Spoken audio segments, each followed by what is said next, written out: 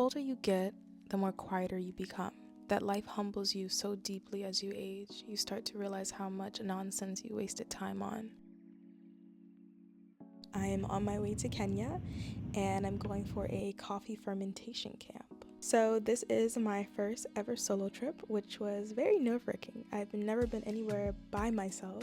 So I had a 16-hour layover in Doha, and I took full advantage of it. I went to the Souk Waqif.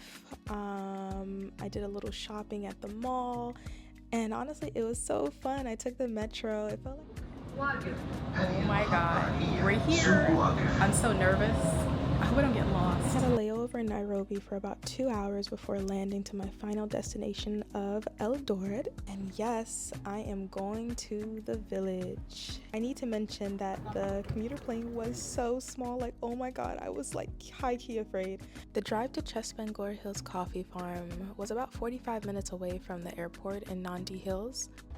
Upon arrival, we were received with the most warmest welcome from the beautiful Kenyan coffee farmers. Honestly, talk about a welcome party. I was just so blown away. I just wanted to dance with them. I was cheesing. It was so beautiful. Oh my god. And I'm still wearing the covering that they gave us.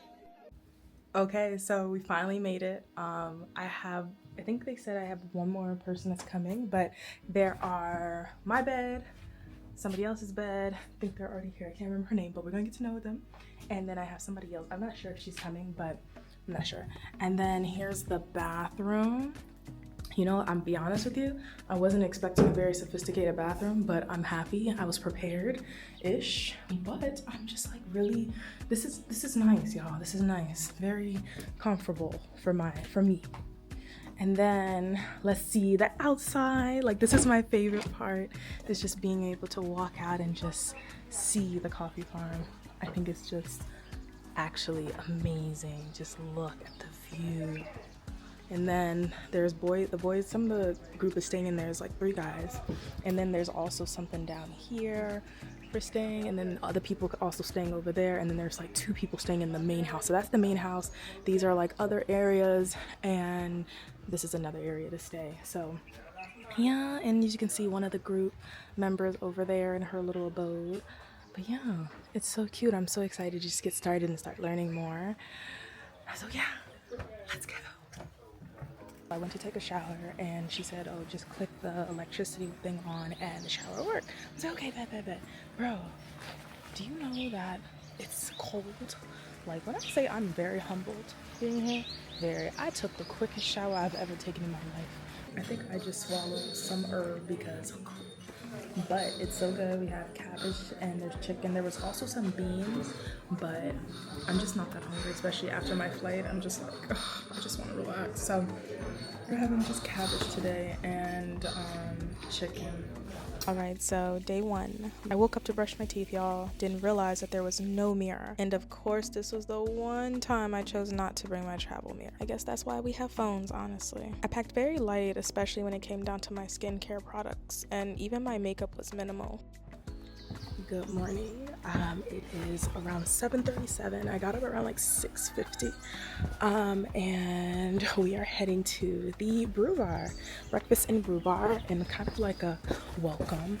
I'm not sure what to expect for breakfast, but like yesterday's meals were cool. I was just like, just not my flavor.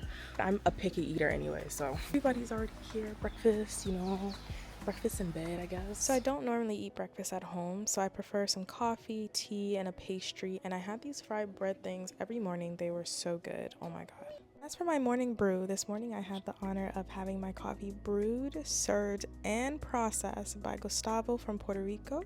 He's also an attendee at the camp as well. After breakfast and coffee brewing sessions, we started with some icebreakers. It was nice to hear what others' interests were, you know, besides coffee, of course. After our icebreakers, we headed to the Flavor Town, the classroom of course, where Lucia talked about coffee processing such as honey, washed, and natural. We also talked a little bit about equipment used at the mills and how we put too much emphasis on these pieces of equipment. Lucia also gave us a rundown on the importance of tools and instruments when using a fermentation process. Next, we headed up to the mill to see how production is done at Chesbangor Hills. Now the view on the way up was amazing. Like, it was just so beautiful, and I even got to say hi to the neighborhood cows. Rosabella, who owns the farm, along with her husband, gave us a tour of the mill and the equipment used on the farm. This is my first time seeing such equipment in person, and oh my god, it was a shocker. I think it's because I'm so used to seeing these things like in the books. It was just like, wow, like this is what it looks like. It was bigger in person than, in the books. I mean, it should have been. So we laid out a couple of bags of cherries to observe, and then we began sorting. We sorted out the ripest cherries, so the ones that were like very dark and more prone to insects and defects, I would say. This was such a tedious job. It was like, it really made you appreciate every cup of coffee or every pull shot of espresso. Like, just imagine that there are farmers who are picking through thousands of cherries daily by hand.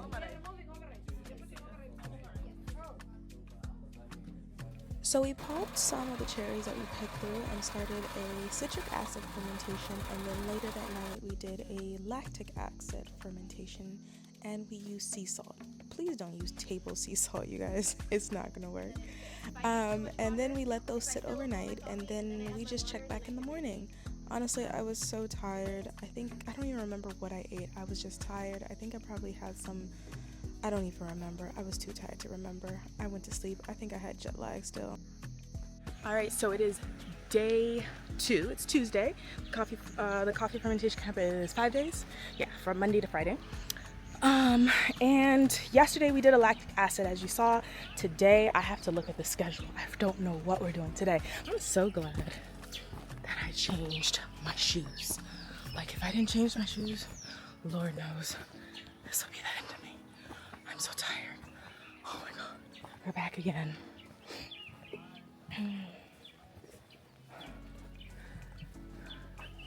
This doesn't mean that you shouldn't rest your cherry or that you always have to process it right away. Again, We're checking our bucket/tank temperature. We're using a bucket and instead of a tank, the big tank. I learned that when coffee is sitting in a big tank, which is normally used, it holds temperature longer. But because this was more so of a demonstration, we used buckets and the temperature dropped quicker. We started preparing our yeast fermentation, which was the big thing for me to look at.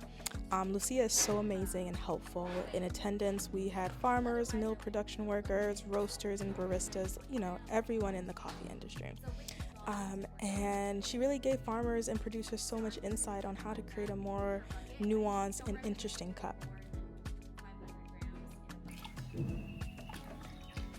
so this is again where you can be, I'm going at the 1 liter, so 1. You don't have to necessarily weigh it. So there's times when you need to be really precise, and other times eyeballing is pretty good. So And seeing live yeast was a treat for me. This isn't yeast used in your kitchen, y'all. Please don't do this. So as soon as she's done, so Zero technology. Because if you force it, the gimbal. so now I've gotten everything into contact, and I'm not going to over. So now I need someone else with a different timer. So this is on its own 20 minutes, and this needs to be too rough. We're being really gentle. We did warm water.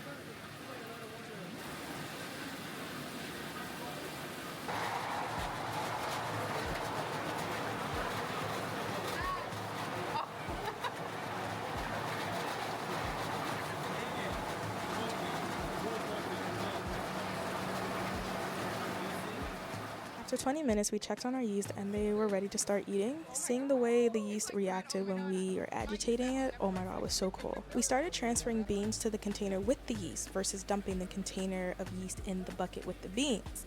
Think about it. They're trying to be fed, not shaken up before eating. I then explored into the dry house. It was amazing to see all the beans drying and visually see the different processes used on the farm depending on the request from the client.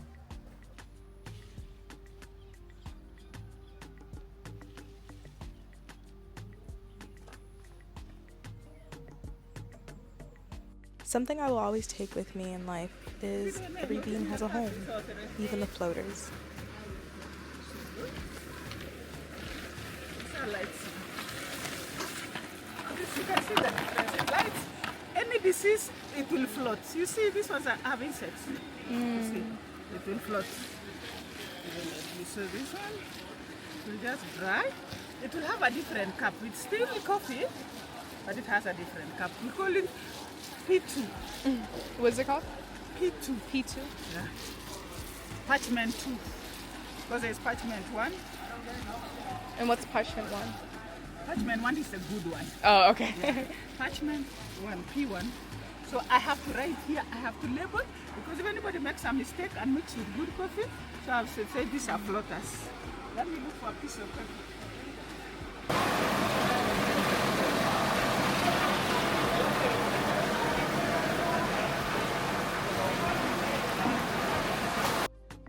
Now it's time to add our yeast mixture to the big bucket. I don't think I showed it previously, but we prepared 2 buckets of the yeast mixture. We didn't use the open air tank that the barrel is sitting in because it had too much leakage, I believe, somewhere. After mixing the beans and yeast together, we covered it with some plastic to allow the yeast to feast on the mucilage. We headed back to the classroom and talked about yeast cells and animal cells and the similarities between the two. We discussed when it's most appropriate time to use yeast, the yeast dosage, inoculation, and microbes. So after class, we headed back up just to check on our yeast fermentation and see how it was doing, and it was doing amazing. Yeah. The gas. So it'll keep doing CO2. This dough is gonna mix.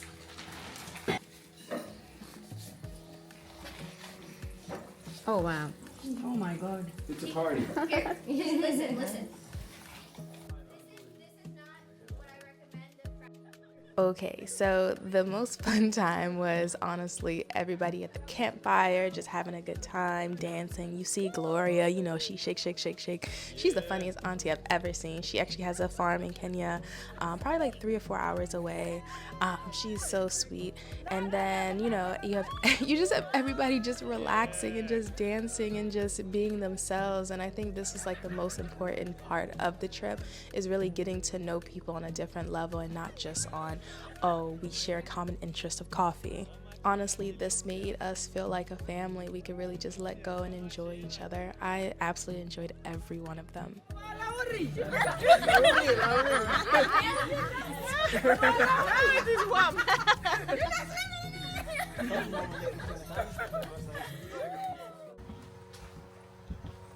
you get a mirror? No. We got it yesterday. Yeah, I came in, I was like, So which is why you see all the eyeliners in place today. yeah. Listen, we were so excited to get a mirror. My whole room was taking full advantage of it this morning.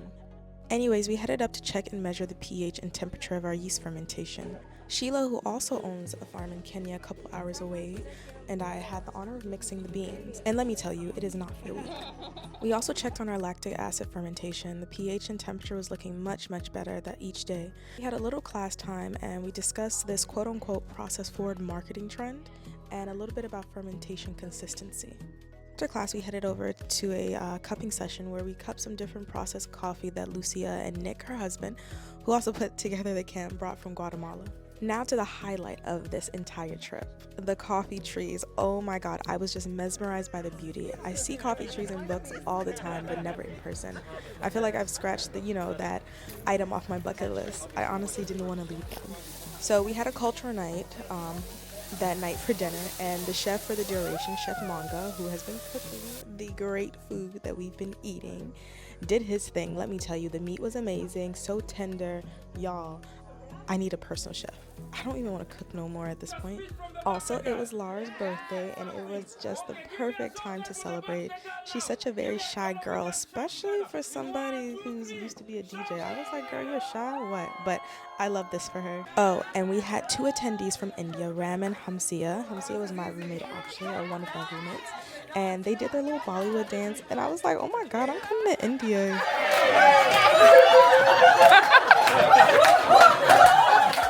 Now, this campfire session was very calming, just cool talks, nothing crazy like the other night. Another day, another goddamn day. All right, so this is basically the last kind of day on the farm.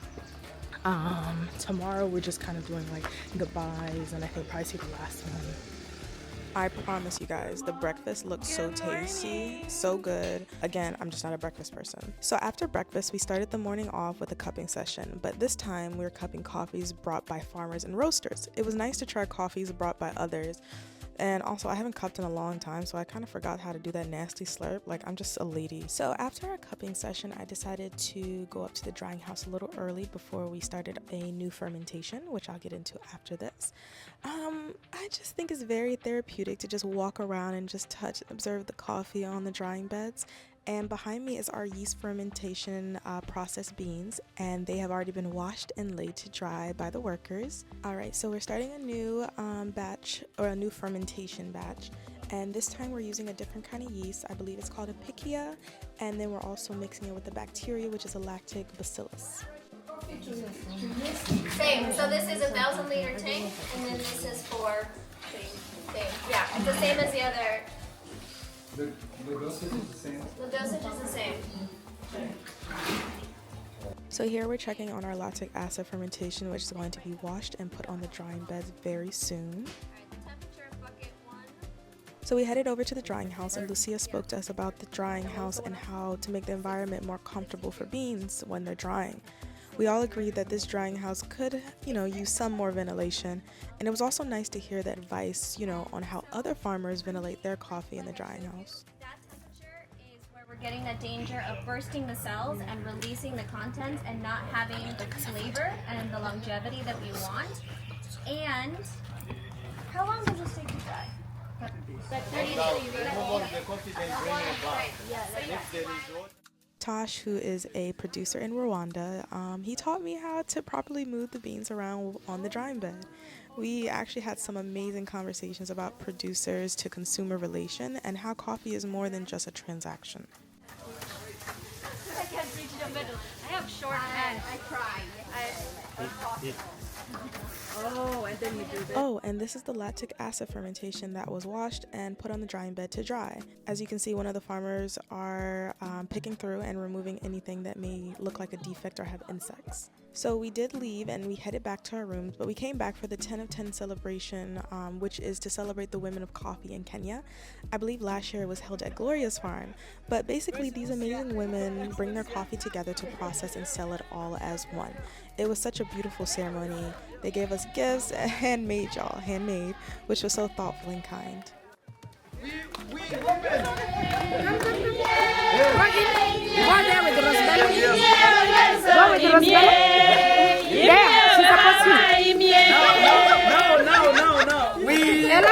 got this ribbon. I need to be there to mark the official opening and the use of this tent. In the name of God the Father, the Son, and of the Holy Spirit. Glory and honor of God. So may the Lord help us so that we may harvest purpose of your life.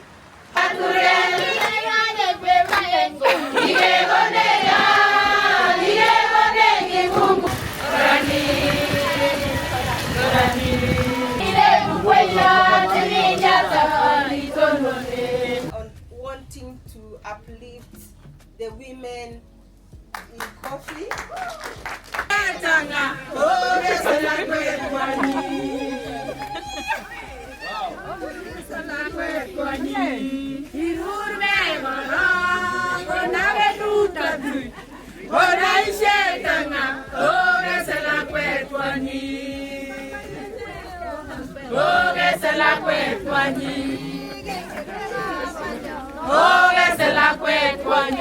Yesu papa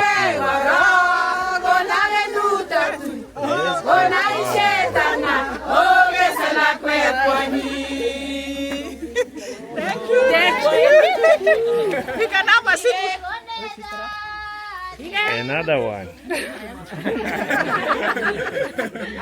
Okay. Well, after that, it went downhill for me. I got a stomach bug or a microbug, whatever you want to call it. I was up for like 5 to 6 hours vomiting and pooping diarrhea. I couldn't hold down water like nothing. But all in all, it was a wonderful trip. In all honesty, that illness didn't ruin my trip. It was the end, which was great. I didn't get to go to the equator, which was so annoying. Everybody went to the equator, took a run. I should have gotten my behind out that morning, or those other mornings they went. But you know, I had an amazing trip. And this all happened towards the end, and it's okay. It's okay. I got help. Everything turned out fine. When I got to Doha, I was relaxing in my little pod that I had. I slept there for a couple hours during my layover, and that was fine. I was okay with that. I think I had been vomiting so much that I just needed rest, and I think I got the rest that I got the rest that I needed. Let's say that. But I would say for anybody traveling, and I think this is 101, but I think because I've traveled to Africa before, I was more so like, I don't need to go to the doctor. I've been here. I know what to do. I would say before any trip, make sure you go to the doctor and, you know, let them know where you're going so they can give you any medicine that may help that, you know, if you ever just happen to get sick, just go just in case. Make sure you drink water from bottles that are sealed. I think that is where I messed up. And if I could go back, I would drink just bottled water.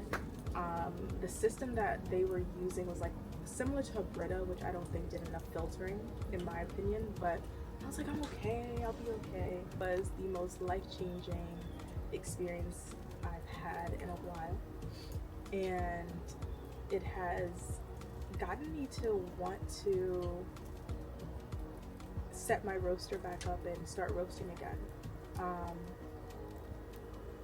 I think I've been a little discouraged because this has always been like a man's world, and I feel like men dominate this field so much that every time you turn around, it's like the only ones you can ask for help are men, who seem to be the most experienced in this field. And I'm hoping that that's something that we can change. As women, we really do need to stick together. Also, the issue in this industry, I don't know if this is like in different areas or different regions, but there's a lot of gatekeeping. And I was talking to a friend of mine about this, and how not only just women, but as people of color, we don't stick together. We gatekeep everything. But I do think as women and as people of color, if we stick together, we can change the dynamic in this industry. It's crazy, and I see so much potential. And it is what it is. And it is what it is until we change what it is. But yeah, I had an amazing time. This isn't the end of coffee farm trips. I'm ready to hop back on a plane and learn more, visit more farms. I think my next trip may be going back to Kenya to visit two farms of two of the attendees that were there, Gloria and Sheila. And I definitely want to go to India to visit another farm. Puerto Rico, oh my god, there's so many I can think of.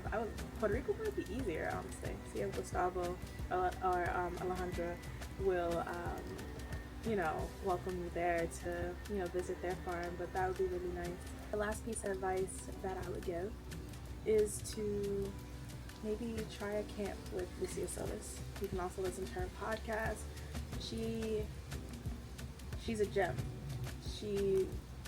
I do believe she's like a change to the coffee community, and if you can, I would definitely recommend coming to one of the camps. Definitely register and see if you can join. It's amazing. So she and Nick put on the most amazing camp. But yeah, definitely stay tuned for more. There's more to come, and I hope you guys enjoyed the video.